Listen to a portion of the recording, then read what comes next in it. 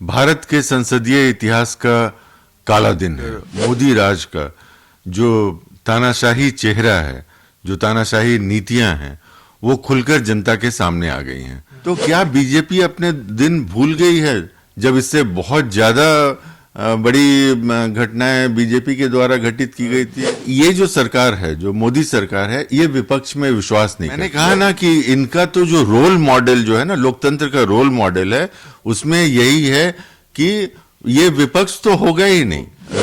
Russia में भी आप देखते हैं, पुतिन का भी वही हाल है।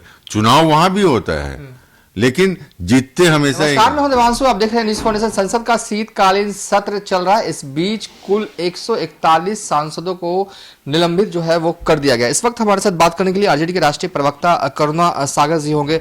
कैसे देखते हैं, लगातार जो है वो सांसदों को निलंबित जो है वो किया जा रहा है, लेकिन दूसरा सवाल मेरा ये भी रहेगा कि जिस तरीके से टीएमसी सांसद ने स्पीकर महोदय का मजाक उड़ाया, मिमिक्री करके, राहुल गांधी भी उस समय उस वक्त थे, तो इन दोनों घटनाक्रमों को कैसे आप देखते हैं?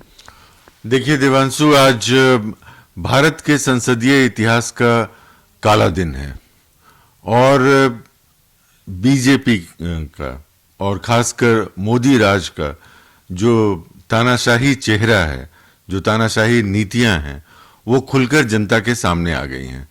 देखिए, पार्लियामेंट को हम संसद को क्यों कहते हैं कि ये लोकतंत्र का मंदिर है?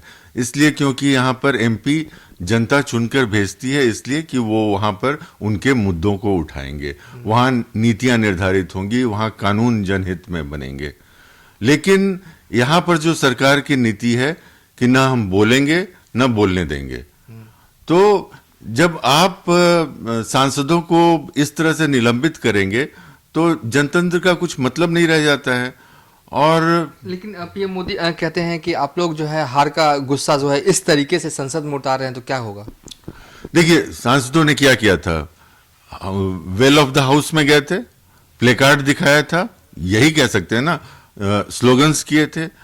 तो क्या बीजेपी अपने दिन भूल गई है, जब इससे बहुत ज्यादा बड़ी घटनाएं बीजेपी के द्वारा घटित की गई थी 10 साल पहले, जब वो विपक्ष में थे?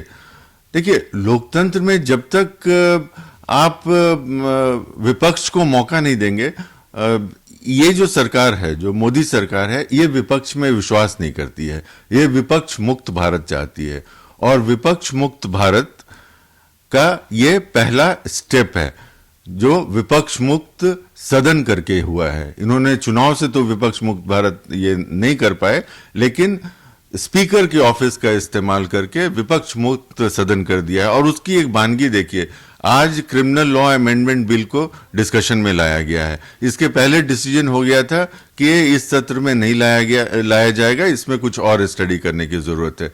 तो जैसे ही विपक्ष को बाहर किया गया, इस कानून बिल को तुरंत सदन में लाया गया। यह सरकार की मंशा दिखाती है कि सरकार जनता के मुद्दों के साथ रूबरू नहीं होना चाहती है। सांसद जो जनता के आम जिंदगी के मुद्दे हैं उसको उठाना चाहते हैं, उसको सुनना नहीं चाहती है। और ये एक ऐसी व्यवस्था चाहती है जहां पक्ष भी यही होंगे और विपक्ष भी यही होगा।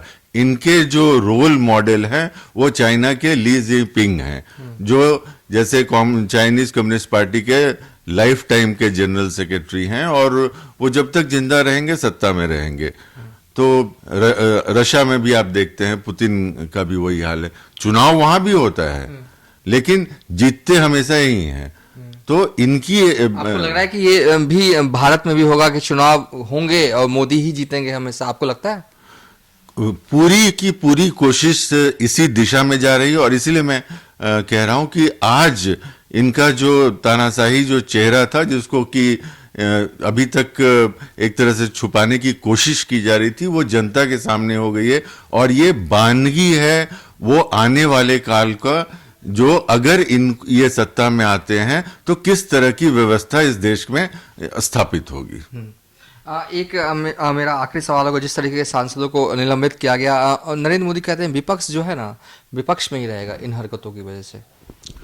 तो मैंने कहा ना कि इनका तो जो रोल मॉडल जो है ना, लोकतंत्र का रोल मॉडल है, उसमें यही है कि ये विपक्ष तो होगा ही नहीं। एक फ्रेंडली विपक्ष होता है इसमें, जो बी टीम होती है वो होगा, कहीं कोई जो गंभीर विपक्ष नहीं होगा, जो मुद्दों को नहीं उठाए। और पक्ष में भी यही रहेंगे, विपक्ष में भी रहेगा, सरकार भी यही चलाएंगे, नीतियां भी यही चलेंगी। और इसके लिए जितनी संवैधानिक जो व्यवस्था है हमारे यहाँ, चाहे वो लोकशाही है या इलेक्शन कमीशन है या जुडिशरी है या इवन जो मीडिया है, उन सबको कॉम्प्रोमाइज किया जाएगा। आज अगर सिविल सोसाइटी के जो इंटेलेक्चुअल, जिनका कि देश सम्मान करता है, वो भी अगर कोई बात करते हैं तो तुरंत उनको अर्बन नक्सल करके ब्रांड कर दिया जाता है और उनकी आवाज दबा दी जाती है। तो ये एक ऐसी व्यवस्था में विश्वास करते हैं जिसमें कि इनकी जो शक्ति हो आबाद हो और इनकी जनता के प्रति कोई जिम्मेवारी नहीं हो। चलिए थे आरजेडी के नेशनल स्पोक पर्सन करुणा सागर, इनका साफ तौर पे कहना है कि सत्ता पक्ष चाहती है कि विपक्ष जो है वो फ्रेंडली हो, और जो विपक्ष फ्रेंडली ना हो उसके साथ ये जो है वो सलूक किया जा रहा है। विपक्ष के सांसदों को लगातार निलंबित जो है वो किया जा रहा है। फिलहाल अभी तक के लिए इतना ही। आप देखते रहिए न्यूज़ फॉर नेशन।